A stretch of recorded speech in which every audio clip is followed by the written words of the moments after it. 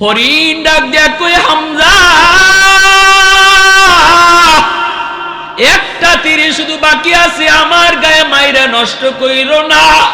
ওই তীরটা তোমার লাগবে, কারণ তোমার ভাতিজা মুহাম্মদুর রাসূলুল্লাহর মাথায় আবু জাহেল আঘাত করে রক্ত জড়ায় ফেলছে।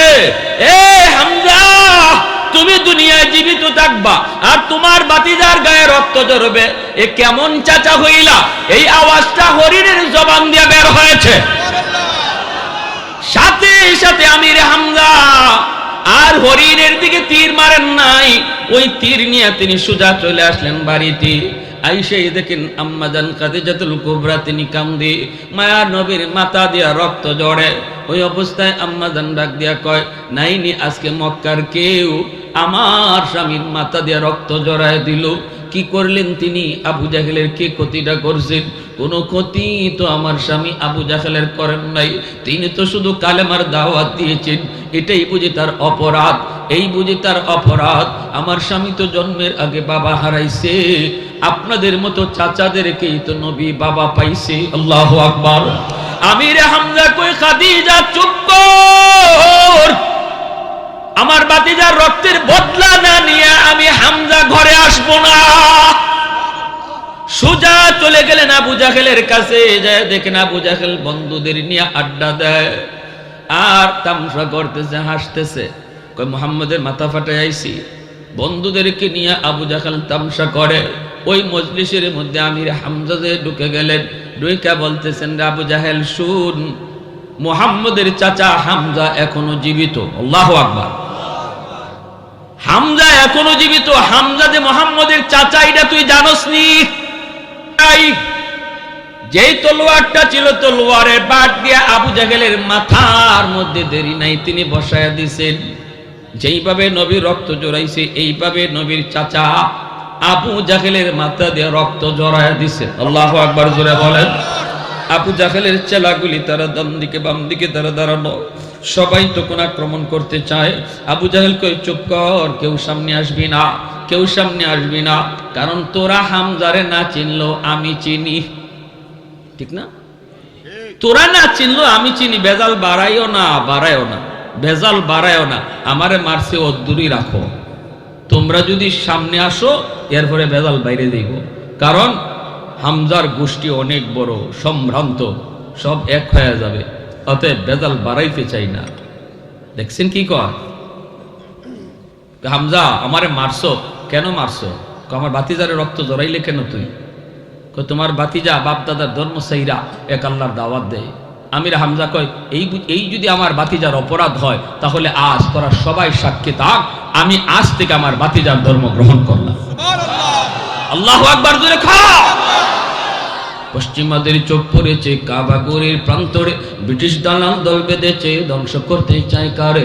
পশ্চিমাদের চোখ পড়েছে কাবাগরের প্রান্তরে, ব্রিটিশ দালাল দল বেঁধেছে ধ্বংস করতে চায় কারে। আল্লাহ পাকের ঘর তোর সাহস থাকলে ধর, তো জাহানের মালিক যিনি পবিত্র কাবার, ঠিক না? ওই আরবের দিন বাঁচাতে সত্য ন্যায়ের মুক্তি চাই, মুহাম্মদের বাহিনী আজ আসলে তোদের রক্ষা নাই। ওই আরবের দিন বাঁচাতে সত্য ন্যায়ের মুক্তি চাই, মুহাম্মদের বাহিনী আজ আসলে তোদের রক্ষা নাই। মুহাম্মদুর রাসূলুল্লাহর বাহিনী আসেনি, হাত উঠে বলো আসেনি। একটু দাঁড়াও, জেগে উঠো ওহে মুসলমান, আর কতদিন দিন ইসলামের সইবে অপমান। একটু দাঁড়াও, জেগে উঠো ওহে মুসলমান, আর কতদিন দিন ইসলামের সইবে অপমান। রক্ত দিয়ে পবিত্র ওই মক্কা মদিনা, সেই জমিনে সিনেমা হল চলতে পারে না।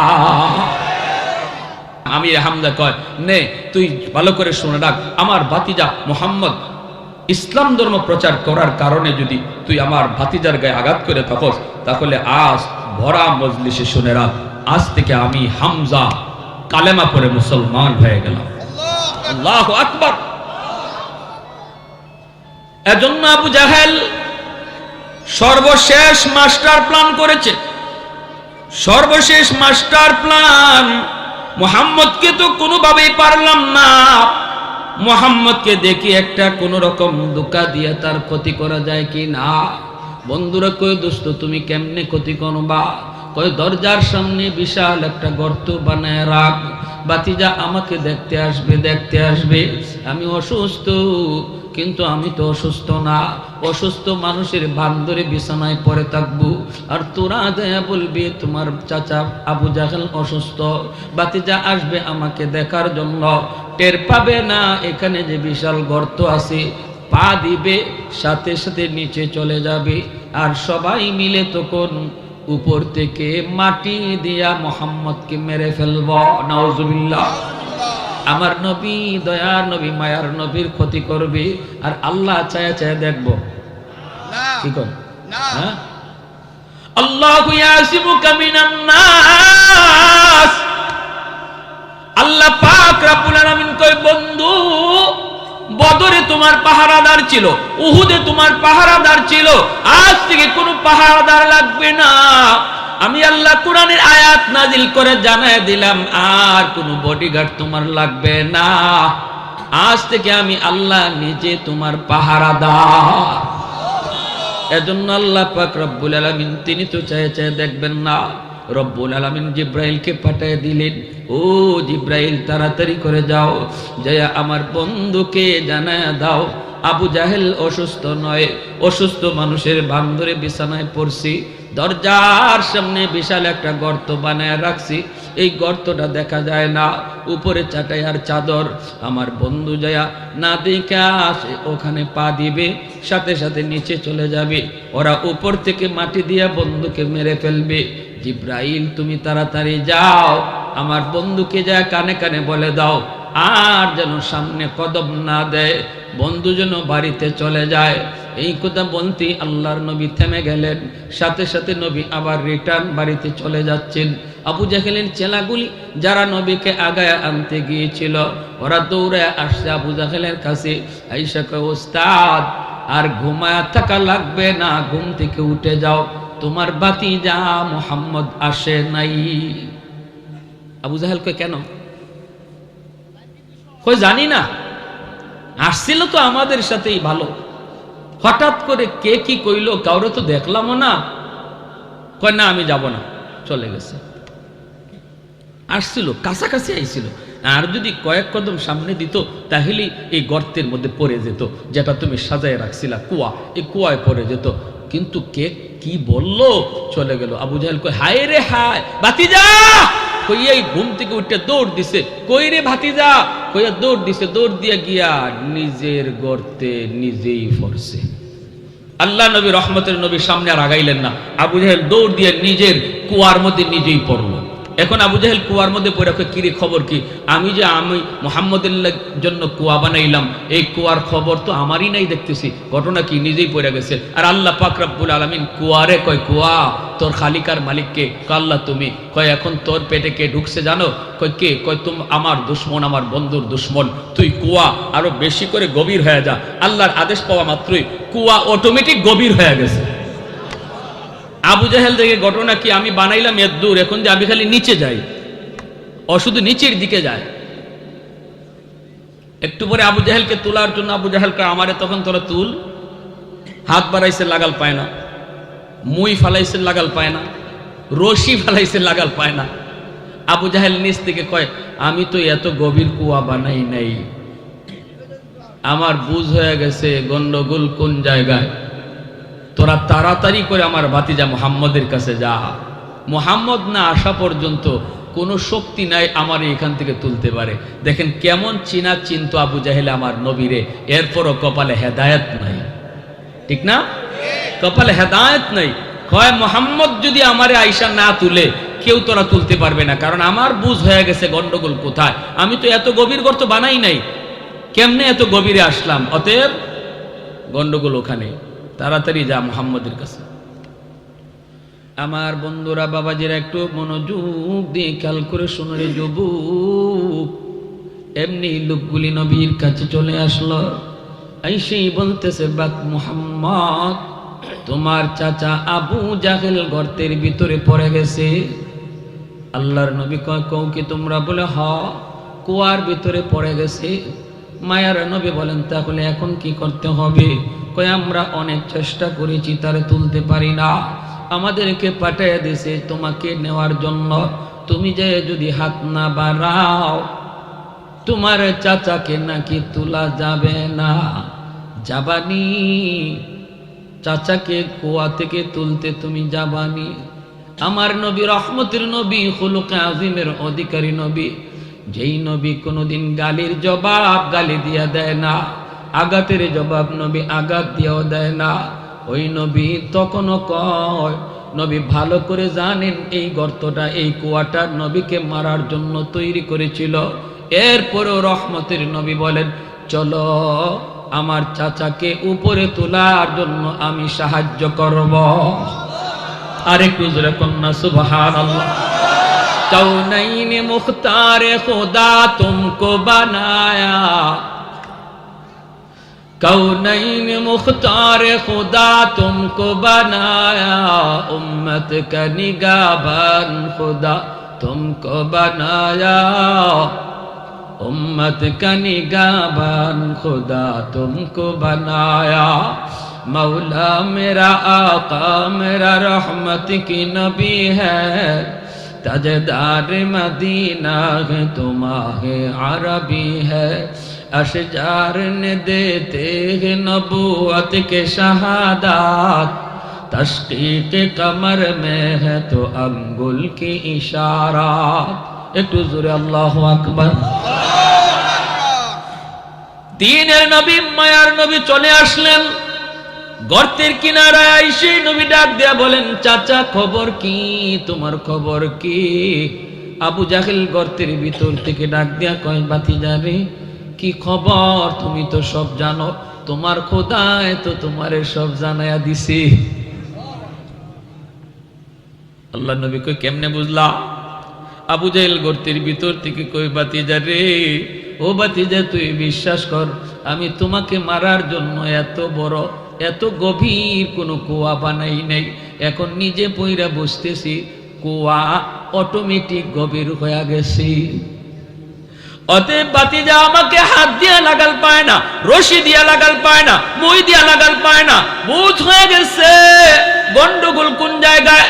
তুমি হাত না বাড়ানো পর্যন্ত আমাকে কেউ তুলতে পারবে না। নবী বলেন, চাচা গো এত যখন আপনি বুঝলেন, বাকিটা আপনি বুঝেন না কেন? আবু জাহেল কয়, বাতিজারে আমারে উপরে তুল, এরপরে বাকিটাও আমার বুঝ হয়ে যাবে। দেখছেন নবী কয়, এমন জীবনে বহু বাটপারি করছো, জীবনে এমন বহু বাটপারি করছো, কইছো হাতের মধ্যে কি মুহাম্মদ যদি কইতে পারো তাহলে আমি কালেমা পরে মুসলমান হয়ে যাব। আমি নবী কয়ে দিছি বলে আমার কোয়া লাগবে না, তোমার হাতে যা আছে এটাই বইলা দিবে। সাথে সাথে হাতের মাঝে পাথরের কণা ছিল, কণার জবান কইলা গেছে, কণায় কয় লা ইলাহা ইল্লাল্লাহ মুহাম্মাদুর রাসূলুল্লাহ। আবু জাহেল হাত থেকে উড়াইয়া ফেলাইছে, কই কি রে, আমার হাতে যেটা আমার কথা কয় না, মুহাম্মাদের কথা কয়। আমার হাতে থেকে আমার কথা কয় না, মুহাম্মাদের কথা কয়। এবার আল্লাহ নবী কয়, চাচা আমার তো কোয়া লাগলো না, হাতে যা লই আইছো এটাই তো কইলো, এখন কি করবা? কয়, ভাতিজারে তুই মস্ত বড় জাদু কর। নাউজুবিল্লাহ। আস্তে কোন, ইন্নাকা লা তাহদি মান আহবাবতা ওয়ালাকিন্নাল্লাহ ইয়াহদি মান ইয়াশা। আল্লাহ কয়, বন্ধু হেদায়েত আমি আল্লাহ যারে পছন্দ করি তারে দেই, অতএব হেদায়েতের মালিক শুধু আমি আল্লাহ, তুমি রাসূলও না। অতএব ভাইয়েরা বন্ধুরা, আবু জাহেলের কপালে কি নাই? হেদায়েত নাই।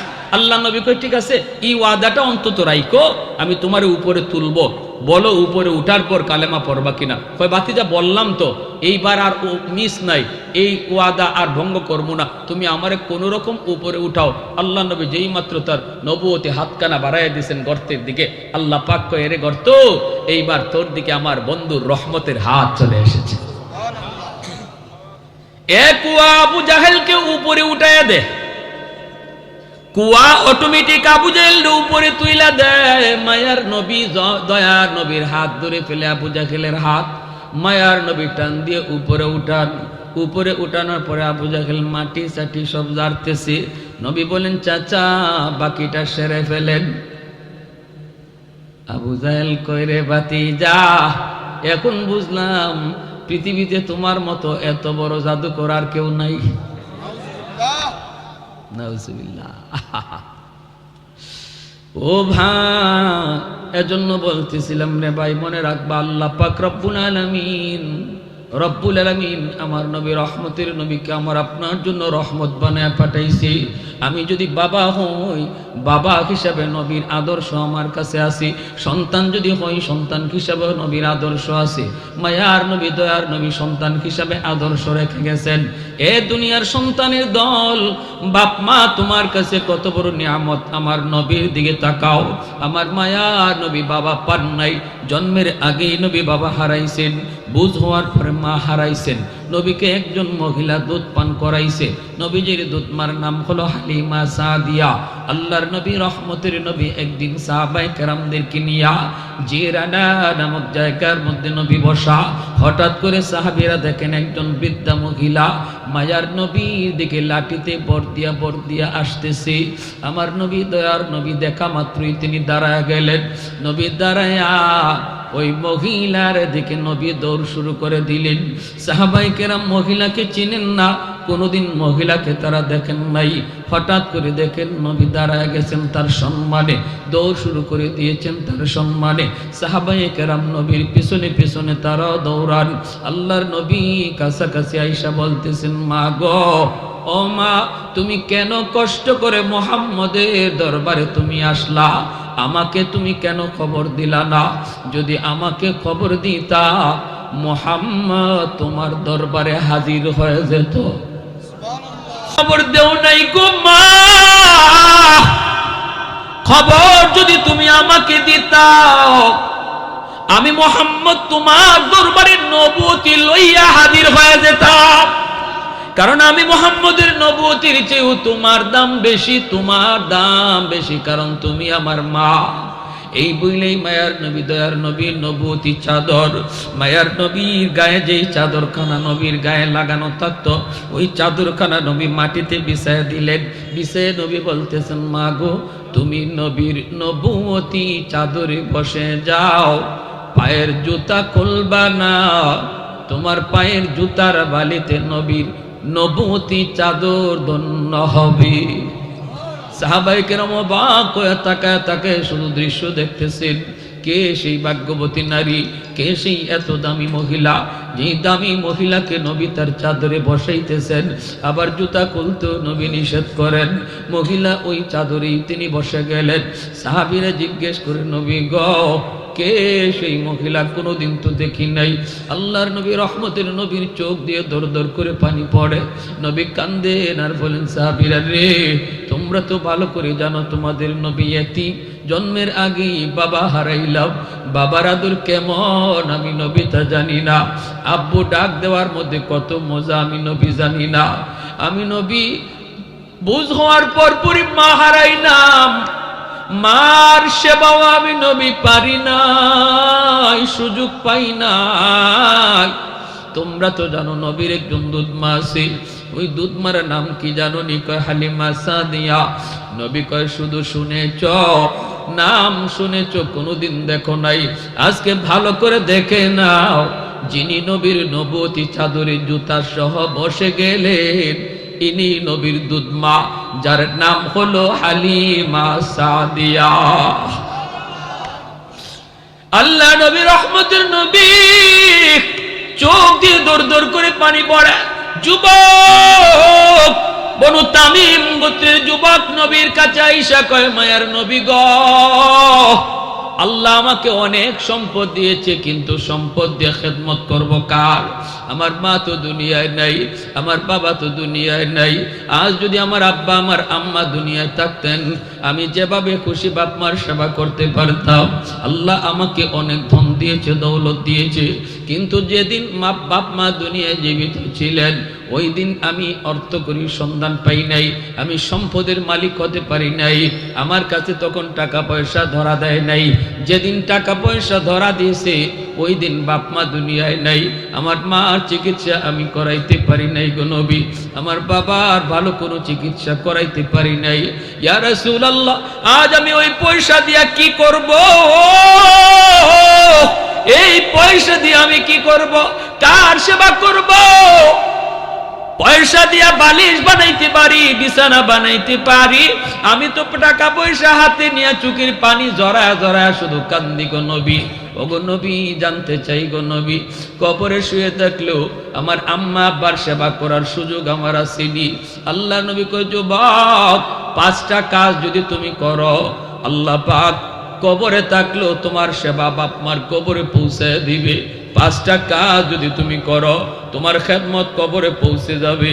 1 নাম্বার নবী বলেন, আসসালাতু লাহুমা, বেশি বেশি করে বাপ মার জন্য এই দোয়াটা করবা, যেই দোয়াটা আল্লাহ কোরআনের মধ্যে শিক্ষা দিয়েছেন, রব্বির হামহুমা কামা রব্বায়ানি সগীরা। আমার সাথে সবাই পড়েন, রব্বির হামহুমা কামা রব্বায়ানি সগীরা। আল্লাহ পাক রব্বুল আলামিন এই দোয়াটা শিখাইয়া দিয়েছেন, দুনিয়ার সমস্ত সন্তানদেরকে আল্লাহ শিখাইছেন, ও দুনিয়ার সন্তানের দল, তোমরা যারা বাপ মার জন্য আমি আল্লাহর কাছে দোয়া করতে চাও, কেমনে দোয়া করবা জানো নি? আমি আল্লাহ তোমাদেরকে দোয়া শিখাইয়া দেই, আমার কাছে এমনি এমনি দোয়া করবা, বলবা রব্বির হামহুমা কামা রব্বায়ানি সগীরা। আল্লাহ, আমার আব্বা আম্মার উপরে তুমি রহম করো, আমার আব্বা আম্মার উপরে তুমি মায়া করো, যেইভাবে শিশুকালে আমার মা আমার বাবা আমাকে মায়া করছেন, আমাকে দরদ দিছেন, আমাকে রহম দিছেন, এইভাবে তুমি আমার আব্বা আম্মার উপর মায়া করো, রহম করো। আল্লাহ বুঝাইতে চাইলেন, রে দুনিয়ার সন্তান, শিশুকালে তোমার মা তোমার বাবা তোমাকে কি পরিমাণ মায়া করছে, শিশুকালে তোমার মাতার পাশে কত রাত মা দাঁড়ায় দাঁড়ায় পাহারা দিছে, তুমি জানো না, আমি আল্লাহ জানি। জোরে কোন সুবহানাল্লাহ। কতদিন তোমার বাবা তোমাকে কুলে নিয়ে ডাক্তারের কাছে রাত দিন দৌড়াইছে, তুমি জানো না রে যুবক, আমি আল্লাহ জানি। এজন্য যখনই বাপ মার জন্য দোয়া করবা, শিশুকালের কথাটা আমি আল্লাহর ইয়াদ করায় দিও। যখনই তুমি এইভাবে আমার কাছে দোয়া করবা, আমি আল্লাহ তোমার দোয়া কবুল করে নিব। এজন্য ভাইরা, শিশুকালে কত মা কত বাবা জীবন দিয়ে দিতে চাইছে সন্তানের জন্য, কত মা এমনও আছে কইছে, আল্লাহ গো, আমার হায়াতটা আমি আমার সন্তানরে দিয়ে দিলাম, তবু আমার সন্তানের হায়াত তুমি বাড়ায় দাও। আল্লাহ, আমার জীবন আমি আমার ছেলেকে দিয়ে দিলাম, তবু আমার ছেলের হায়াত তুমি বাড়ায় দাও। কত মা নিজের জীবন দিতে রাজি হয়েছে। বাইরে মনে রাখবা, রাশিয়া একটা ভূমিকম্প হয়েছিল, ওই ভূমিকম্পের পরে অনেক প্রায় 21 দিন পর একটা ভাঙ্গাচোরা বিল্ডিং এর ভিতর থেকে একজন মহিলাকে উদ্ধার করা হয়েছিল, উদ্ধার করা হয়েছে। ভাইরা, মহিলাটা জান যায় অবস্থা, ওই অবস্থায় মহিলাটাকে উদ্ধার করা হয়েছে। মহিলার কুলের মধ্যে একটা দুধের বাচ্চাও ছিল। 21 দিন পর্যন্ত আল্লাহ তাদেরকে বাঁচায় রাখছে। যেরকম সুবহানাল্লাহ। বাঁচায় যদি রাখে আল্লাহ, মারে থেকে ঠিক কিনা জোরে কর, রাখে আল্লাহ, মারে কে? ভাইরে, এরপরে ডাক্তাররা যখন হাসপাতালে তারা নিয়ে গেছে, তখন চায় দেখে মহিলার আঙ্গুলের একটা আঙ্গুলের মাথাও নাই, প্রতিটা আঙ্গুলের মাথা এইভাবে কাটা। জিজ্ঞেস করেছিল, মা, আঙ্গুলের মাথাগুলি কাটা কেন? মহিলার চোখ থেকে দর দর করে পানি পড়ে। মহিলা কান্দে আর কয়, আমার বুকের দুধ যখন শুকায় গেছে, আমার দুধের বাচ্চারা যখন দুধের জন্য কান্না করে, আমি কি খাওয়াবো? শুকায় গেছে আমার সন্তানের মুখটা শুকায় গেছে, তখন আমি কি খাওয়াবো? নিজের আঙ্গুলের মাথাটা দাঁত দিয়া কামড় দিয়া আমি ছেলে ফেলে দিছি, কেটে ফেলে দিয়া ওই যে রক্ত বের হয়েছে, ওই রক্তটা আমার সন্তানকে খাওয়ায় খাওয়ায় বাঁচাইছি। একদিন এক আঙ্গুলের মাথা কাটছি, আরেকদিন আরেক আঙ্গুলের মাথা কাইটা কাইটা রক্ত খাওয়ায় খাওয়ায় সন্তানটারে বাঁচাইছি। এ দুনিয়ার সন্তানের দল, একটু মার কথা চিন্তা করো। আজকে কোন মারে তুমি কান্দাইতেছ? আজকে কোন বাবার চোখ দিয়ে পানি ঝরাইতেছ? আজকে বাবার কলিজায় কেমন করে আঘাত দাও, কেমন করে আঘাত দাও, কেমন করে বাবারে ভুই লাগেছ, কেমন করে মারে ভুই লাগেছ। মায়া নবী, দয়ার নবী কয়, এইভাবে যখনই তুমি নামাজের পর, নামাজের আগে, নামাজের পরে যখনই বাপ মার কথা ইয়াদ হবে রে যুবক, তখনই তুমি দোয়াটা পড়বা, রব্বির হামহুমা কামা রব্বায়ানি সগীরা। তোমার এই দোয়ার উসিলায় আল্লাহ পাক রব্বুল আলামিন তোমার খেদমত বাপ মার কবরে আল্লাহ পৌঁছায় দিবে। 2 নম্বরে নবী বলেন ওয়াল ইস্তিগফারু লাহুমা, বাপ মার জন্য তুমি বেশি বেশি দান সদকা করবা। মসজিদে বাবার নামে দান করো, মাদ্রাসায় মায়ের নামে দান করো, ওয়াজ মাহফিলে বাপ মার নামে দান করো। আল্লাহর কোন গরিব বান্দারে তুমি বাপ মার নামে দান করো, যখনই বাপ মার নামে তুমি খরচ করবা সাথে সাথে বাপ মার কবরে আল্লাহ পাক দানের খবর পৌঁছায় দিবে। সন্তান যদি বাপ মার নামে দান করে, সন্তান যদি বাপ মার কথা ইয়াদ করে চোখের পানি ধরে কান্দে, মায়ার নবী কয় এই দোয়ার সাথে সাথে আল্লাহ কবুল করে নেয়। বাপ মার দোয়া যেমন সন্তানের জন্য কবুল, সন্তানের দোয়াও বাপ মার জন্য কবুল। বাপ মা যদি দোয়া করে সন্তানের জন্য, এই দোয়া যেমন আল্লাহর কাছে কবুল, সন্তানও যখন কয় আল্লাহ আমার আব্বারে মাফ করো, আম্মারে মাফ করো, মায়ার নবী কই এই দোয়াটাও আল্লাহর কাছে সরাসরি কবুল। এজন্যই বারা জুনাইদ বাগদাদী রাহমাতুল্লাহি আলাইহি রাতের বেলা ঘুমাইছেন। অসুবিধা হইতেছে না ভাই? চলবে চলবে, আরেকটু জোরে বলেন চলবে। জুনাইদ বাগদাদী আল্লাহর বহুত বড় ওয়ালি, রাতের বেলা তিনি ঘুমাইছেন, স্বপ্নে দেখেন জাহান্নামী চেহারার একজন মানুষ আল্লাহর ওলির সামনে আইসা কাঁদতেছে। জুনাইদ বাগদাদী বলতেছেন বাইরে তুমি কে? লোকটাই কয় হুজুর আমাকে আপনি চিনবেন না, আমি আপনার এলাকারই একজন মানুষ। আজ থেকে বেশ কিছুদিন আগে আমার মৃত্যু হয়েছে, কবরের ভিতরে আমি আযাব ভোগ করতেছি, আমার গুনার কারণে আমি কবরে আযাব ভোগ করতেছি, আমি জাহান্নামের একজন আসামি, জাহান্নামের আসামি। আল্লাহ আমাকে জানায় দিছে গোলাম দুনিয়াতে একটা মেয়ের সন্তান রেখে এসেছো, আর কোন সন্তান নাই।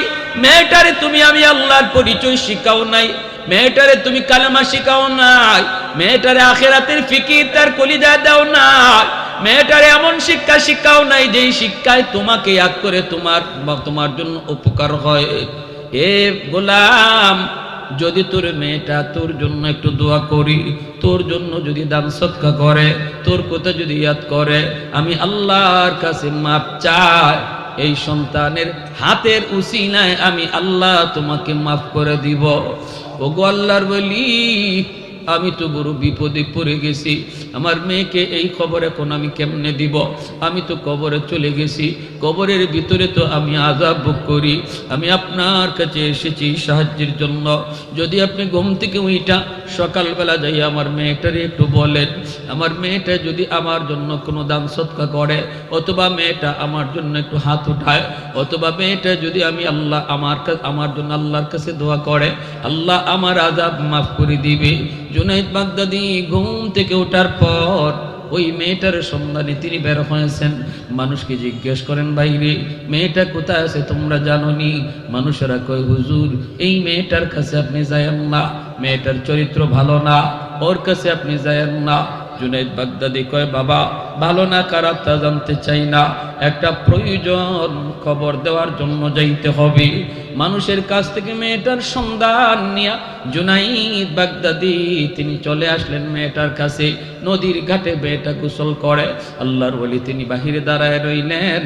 মেয়েটা যখন উপরে আসলো জুনাইদ বাগদাদী যায় সামনে দাঁড়ালেন।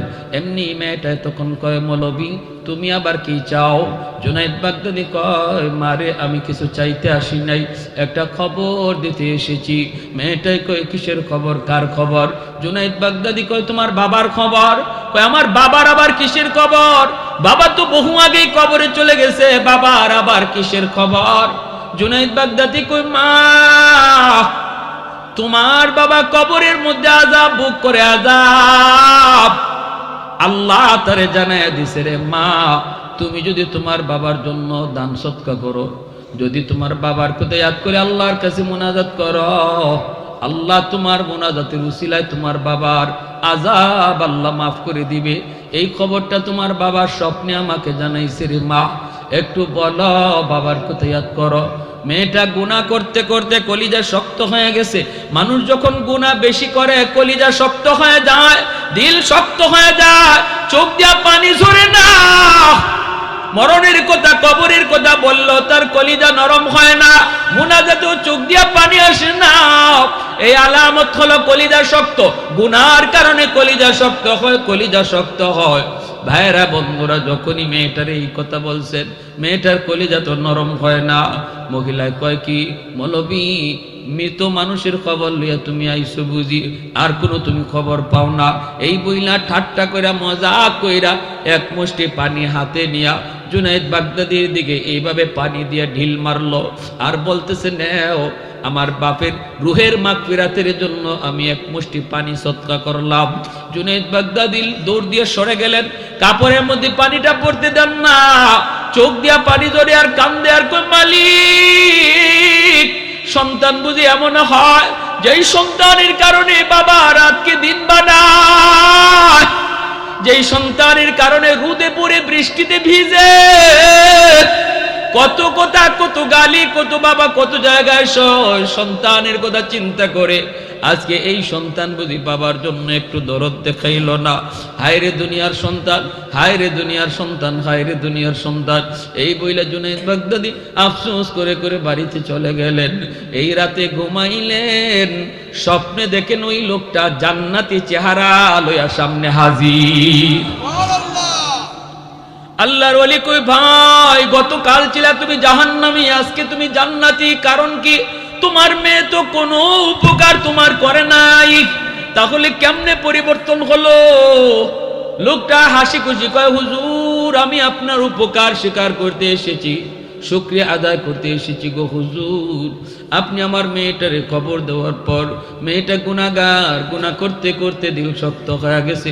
আমি বাবার কথা মনে করার পরেও তার দিল নরম হলো না। কথা ঠিক, সে যে হাতের মধ্যে এক মুষ্টি পানি নিয়ে আপনার দিকে ঢিল মারছিল, এই পানিটা আপনার গায়ে পড়ে নাই, পানিটা পড়ছে একটু মাটিতে, আর যেই জায়গায় পড়ছে এই জায়গায় দীর্ঘদিন যাবত একটা পোকা পানির তৃষ্ণায় ছটফট ছটফট করতেছে।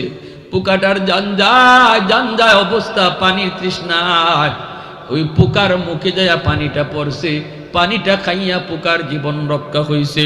পোকাটায় তখন দোয়া করছে, মালিক, যার উসিলায় পানি পাইয়া আমার জীবন রক্ষা হলো, তুমি তারে মাফ করো। আল্লাহ পাক পোকার দোয়ার খাতিরে আমার কবরের আযাব মাফ করে দিছে। मैं तालिब मौला हूँ मेरे इश्क निराला, मैं तालिब मौला हूँ मेरे इश्क निराला, है जुमला जहाँ जिनके तजल्ली से उजाला, मादरुद जहाँ गैर खुदा यार नदारम, जुज़ियात खुदा ही चिदिगुर कार नदारम, जुज़ियात खुदा ही चिदिगुर कार नदारम। ভাইরা বন্ধুরা, জন্য বলতেছিলেন মায়ার নবী পাঁচটা আমলের কথা বলছেন। যুবকরে কয়টা আমল জুড়ে বলে? যাদের বাপমা নাই, সন্তান বাপমার জন্য কি করবে? আল্লাহ নবীর হাদিস থেকে শুনাইতেছি পাঁচটা আমল। কয়টা আমল? এক নাম্বার, বেশি বেশি দোয়া করা। কোন দোয়া? আল্লাহ যে দোয়া শিখাইছে কোরআনে, ঠিক না? পবিত্র কোরআনে সূরা বনি ইসরাইলের এই দোয়া। দুই নম্বর, নবী কয় বেশি বেশি দান সদকা করা, ওয়াজ মাহফিলে সাহায্য করা, মাঝে মাঝে বাপমার জন্য ওয়াজ মাহফিলে আয়োজন করা। এই যে যেমন আপনাদের যুবকগুলি, এই এলাকার যুবকগুলি আজকে তাদের মুর্দে গানের কথা ইয়াদ করে এত সুন্দর আয়োজন করেছে, আল্লাহর নবীও বলেছেন এটা দুই নম্বর কাজ। তিন নম্বরে নবী বলেন ইনফাজ ওয়াহদিহিমা মিন বাদিহিমা, বাবা মার যদি কোনো ঋণ থাকে ঋণ পরিশোধ করা, অর্থাৎ বাবার কাছে কেউ পায়, মার কাছে কেউ পায়, এই পাওনাটা তুমি সন্তান হিসাবে পরিশোধ করো। যখনই বাপ মার পাওনা তুমি পরিশোধ করবা, সাথে সাথে তোমার খেদমত মা বাবার কবরে পৌঁছায়া দিবে কে? আল্লাহ। ভাই শোনো, ভালো করে শোনো,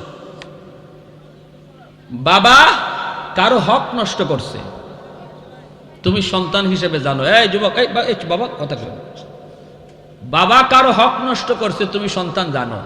যেমন তোমার ফুফুর, অর্থাৎ তোমার বাবা তার বোনের হক দেয় নাই, হতে পারে, অথবা তোমার বাবা তোমার বোনদের হক দেয় নাই, সব সম্পদ তোমারে লিখে দিয়ে গেছিল। এমনও বাবা আসেনি না নাই? ভালো করে খেয়াল রাখেন। যে অংশটা আল্লাহ কোরআনের মধ্যে উল্লেখ করে দিছে, বোনের কতটুকু অংশ, ভাইয়ের কতটুকু অংশ, এই বন্টনটা করছেন কে? কোন চেয়ারম্যানে, কোন মেম্বারে, কোন এমপি মিনিস্টারে? বন্টনটা করে দিয়েছেন কে? তোমার বাবা এই আল্লাহর বন্টন করা মোতাবেক সম্পদ দেয় নাই, কাউরে ঠকাইছে, কাউরে জিতাইছে, এটা তুমি জানো। তোমার প্রতি মায়া দেখায়। কবরে যাওয়া মাত্রই যত বড় হাজি সাহেব হোক, উনি যত বড় হাজি সাহেব, বছরে বছরে হজ করো, যত বড় তাহাজ্জুদ গুজার হোক, নিশ্চিত কবরে আগুনে জ্বলতেছে। কারণ এটা বান্দার হক। এটা কার হক? বান্দার হক। বান্দার হক আল্লাহ মাফ দিবে না। তুমি যদি বাবার কবরে খেদমত পৌঁছাইতে চাও, মায়ার নবী বলতেছেন 3 নাম্বার ডিউটি হলো তোমার বাবার দ্বারা যাদের হক নষ্ট হয়েছে তাদেরকে তাড়াতাড়ি ডাইকা আনো। ফুফুর হক নষ্ট হয়ে থাকলে ফুফুরে ডাকো, না থাকলে ফুফাতো ভাই বোনরে ডাকো। তোমার বোনের হক দিছে না তোমার আব্বা, বোনরে ডাকো, নাইলে বোনের ছেলে মেয়েদেরকে ডাকো। ডাক্যা আল্লাহ যেইভাবে বন্টন করে দিছে এইভাবে বন্টন কইরা জমিটা বুঝাইয়া দাও, বিটা বাড়ি সহ বুঝাইয়া দাও। নতুবা 40টা না 100টা গরু জবাই কইরা বাবার নামে জিয়াফত করলেও কবরের আগুন নিভবে না। কবরে আগুন নিভবে না। তুমি যদি বাবার কবরের আগুন নিবাইতে চাও সন্তান হিসাবে, মায়ার নবী বলে দেখো বাবার দ্বারা কারো হক নষ্ট হয়েছে কিনা, তাড়াতাড়ি হকটা ফিরাইয়া দাও। এটা হলো 3 নাম্বার ডিউটি। 4 নাম্বার নবী বলেন সিলাতুর রাহমিল্লাতি লা তুসালু ইল্লা বিহিমা। তোমার বাবার যারা আত্মীয় স্বজন তাদের সাথে আত্মীয়তা রক্ষা করে চলো। বাবার রক্তের মানুষগুলার খবর নেও। যখনই বাবার রক্তের মানুষগুলার খবর তুমি নিবা, সাথে সাথে তোমার বাবার কবরে আল্লাহ তোমার খেদমত পৌঁছায় দিবে। বাবা নাই চাচা আছে, বাবা নাই ফুফু আছে, বাবা নাই চাচা তো ভাই বোন, দাদা দাদি, চাচা চাচি, ফুফা ফুফি, ফুফা তো ভাই বোন, চাচা তো ভাই বোন, এরা হলো তোমার বাবার রক্তের মানুষ। মায়ার নবী কই বাবা নাই, বাবার রক্তের মানুষগুলো আছে, ওদের খবর নাও, সুখে দুঃখে তাদের পাশে থাকো, তাদেরকে মাঝে মাঝে সাহায্য করো। যখনই তুমি তাদের পাশে দাঁড়াইবা, সাথে সাথে আল্লাহ তোমার খেদমত বাবার কবরে পৌঁছায় দিবে। মা দুনিয়ায় নাই, মা রক্তের মানুষগুলো আছে, যেমন নানা নানি, মামা মামি, খালা খালু, এরা হলো মা রক্তের মানুষ। খালাতো ভাই বোন, মামাতো ভাই বোন, ওদের খবর যখনই তুমি নিবা, যখনই তাদের খোঁজখবর নিবা, অন্তত মোবাইলেও জিজ্ঞেস করবা মামা তুমি কেমন আছো, খালা তুমি কেমন আছো। যখনই খালা কয়ে ডাক দিয়া কইবা খালা তুমি কেমন আছো, আল্লাহর নবী কয় যেন তুমি তোমার মায়ের কবরে ফোন লাগাইছো, যেন মার খবরটা তুমি নিতেছ, মামার খবর নিছো না, যেন মায়ের খবর তুমি নিতেছ। কারণ মার রক্তের মানুষগুলার পাশে যখনই তুমি দাঁড়াইবা, সাথে সাথে আল্লাহ মার কবরে তোমার খেদমত পৌঁছে দিবি। কিন্তু আমাদের সমাজে আজকে আমরা দেখি ব্যতিক্রম। আমরা নিজে বড় হলে নিজে রক্তের মানুষগুলার দিকে তাকাই না, উল্টা হয়ে গেছে। উল্টা বাবার নামে 10টা 20টা গরু খাওয়ায়, কিন্তু বাবার রক্তের মানুষ ভিক্ষা করে খায়। আসেনি না? নাই, লাভ নাই। বাবার রক্তের মানুষগুলা যদি কষ্ট পায়, বাবা কবরে কষ্ট পায়। মার রক্তের মানুষগুলা যদি তোমার দ্বারা কষ্ট পায়, মা কবরে কষ্ট পায়। মায়ার নবী কই 4 নম্বর ডিউটি হলো মা বাবার রক্তের মানুষগুলার খবর তুমি নেও। এখনকার যুগে আর যাওয়াও লাগে না, অন্তত মোবাইলের মাধ্যমে সপ্তাহে একবার আত্মীয় স্বজনের কাছে ফোন দিও রে যুবক। আল্লাহ তোমার পয়সা দিয়েছে, আল্লাহ তোমার সম্পদ দিয়েছে, আলহামদুলিল্লাহ শুকরিয়া আদায় করো। লিস্ট করে নাও, খাতার মধ্যে আত্মীয় স্বজনের নাম্বারগুলা লেখা নাও। মামার নাম্বার, মামির নাম্বার, নানার নাম্বার, নানির নাম্বার, চাচা চাচির নাম্বারগুলো তাদের মোবাইলে তুমি খাতায় লিখে নাও। সপ্তাহে তারিখ ধার্য করে দাও, সপ্তাহের অমুক দিন আমি সবাইকে ফোন দিয়া খবর নিব। চাচা তুমি কেমন আছো, মামা তুমি কেমন আছো। আল্লাহর নবী কয় যুবক তুমি তোমার মার খেদমত বুঝি কবরে পৌঁছাইতে চাও, ফোনটা তুমি যেই মামারে দিবা, আল্লাহ খেদমত মার কবরে পৌঁছায় দিবে। 5 নাম্বার আমলটা, সর্বশেষ আমলটা শুনেন, বয়ান প্রায় শেষ। ইকরামু সাদিকিহিমা মিন বাদিহিমা। নবী বলেন মা নাই বাবা নাই, কিন্তু বাপ মার বন্ধু বান্ধব আছে, বাবার বয়সের মানুষ আছে, মার বয়সের মানুষ আছে। যখনই তুমি বাবার কোনো বন্ধু বান্ধবকে তুমি পাইবা, তখনই বাবার মতো লোকটারে শ্রদ্ধা কইরো। তুমি ডাক দিয়া কইও, চাচা কতকাল আব্বার সাথে চলছেন, আজ আমার আব্বা দুনিয়ায় নেই, আব্বা থাকলে তো ঘরে আসতেন, এক কাপ চা খাইতেন, চাচা একটা চা খাইয়া যান।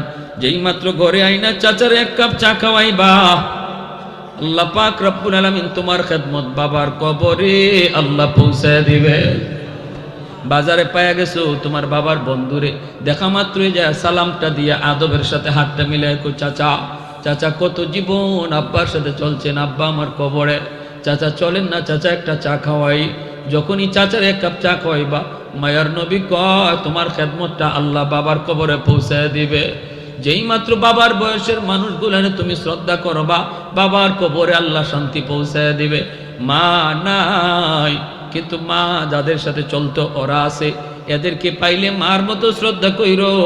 ঈদে ঈদে পারলে মার মতো মার বান্ধবীদেরকে একটা শাড়ি কিনে দিও। গরিব মানুষ মার বান্ধবী, মার সাথে চলতো, মার পাশে বৈশা পান সুপারি খাইতো, গল্প গুজব করতো, পাইলে ঈদে ঈদে একটা শাড়ি কিনে দিও, চাচার একটা লঙ্গি কিনে দিও। যেই মাত্র তুমি শাড়িটা কিনে দিলে, আল্লাহর নবী কয় তোমার মারে আল্লাহ পাক কবরে জান্নাতি শাড়ি পরায় দিব। সুবহানাল্লাহ, জোরে কন্যা সুবহানাল্লাহি ওয়া বিহামদিহি সুবহানাল্লাহিল আযীম। হাদিসের আলোকে 5টা আমল শুনাইলাম। 1 নম্বরে নবী বলছেন, কোন মানুষটা আইছিল, একটা যুবক কানতে কানতে নবীর আইয়া এই প্রশ্নটা করছিল, নবী গো আমার আব্বা আম্মার জন্য কি আমার কিছু করার আছে? নবীকে আছে। নবী হলেন বক্তা আর এই যুবক হইল শ্রোতা। একজন শ্রোতা আর বক্তা একজন, শ্রোতাও একজন বক্তাও একজন। আমার ভাইয়েরা বন্ধুরা, ওই অবস্থায় দেখা যায় এমন এক বয়ান আল্লাহ নবী করছেন, কিয়ামত পর্যন্ত কোটি কোটি মানুষ আমরা নবীর এই বয়ানের শ্রোতা হয়ে গেছি। তখন নবীর সামনে শ্রোতা ছিল মাত্র একজন। কয়জন? একজন। আর আজ এই বয়ানের শ্রোতা কত হাজারো কোটি মানুষ। কেমন দামি একটা বয়ান নবীজি একজন শ্রোতার সামনে রেখে করছেন। অতএব শ্রোতা কম না বেশি এটা ওয়াজের মাকসাদ নয়। মাকসাদ হলো কার অন্তরে কথাগুলা ঢুকছে, কে নিজেরে পরিবর্তন করার নিয়ত করে মাহফিল থেকে উঠছে। যদি একজন মানুষও নিয়ত করে আল্লাহ আর মারে কষ্ট দিব না, আল্লাহ আর আব্বারে কাঁদাইব না, আল্লাহ নবী কয় যেই সন্তান রাতের বেলা মারে খুশি করে ঘুমায়, সকাল হওয়া মাত্রই আল্লাহ জান্নাতের দরজা খুলে দেয়। আর যেই সন্তান রাতের বেলা বাপ মারে কষ্ট দিয়া ঘুমায়, জানে মার মনে কষ্ট, বাবার মনে কষ্ট, এরপরও মাপ চায় নাই, মারে খুশি করে নে ঘুমায় গেছে, এই রাত যদি তার মরণ হয়, সে যত বড় আমল হোক, যত বড় আবেদ হোক, আল্লাহ নবী বলে সকাল হওয়া মাত্রই তার জন্য জাহান্নামের দরজা খোলা হয়ে যায়। অতএব আজকের রাতটার এই জীবনের শেষ সব মনে করে ইচ্ছায় অনিচ্ছায় যদি মা বাবারে কষ্ট দিয়ে থাকি, কারা কারা আজকে মাপ চাইতে রাজি আছে? একটু হাত উঠে আল্লাহকে দেখা। আল্লাহ তুমি প্রতিটা হাতকে কবুল করো। আগামী বছর এই মাহফিলটা হোক, এটা আমরা কারা কারা চাই দেখান তো আবার। মাশাআল্লাহ মাশাআল্লাহ। আল্লাহ আমাদের প্রত্যেকের হায়াতে বরকত দাও, আমরা যেন আগামী বছর এখানে বসতে পারি, যেন তোমার কথা, তোমার হাবিবের কথা আমরা শুনতে পারি। আলহামদুলিল্লাহ।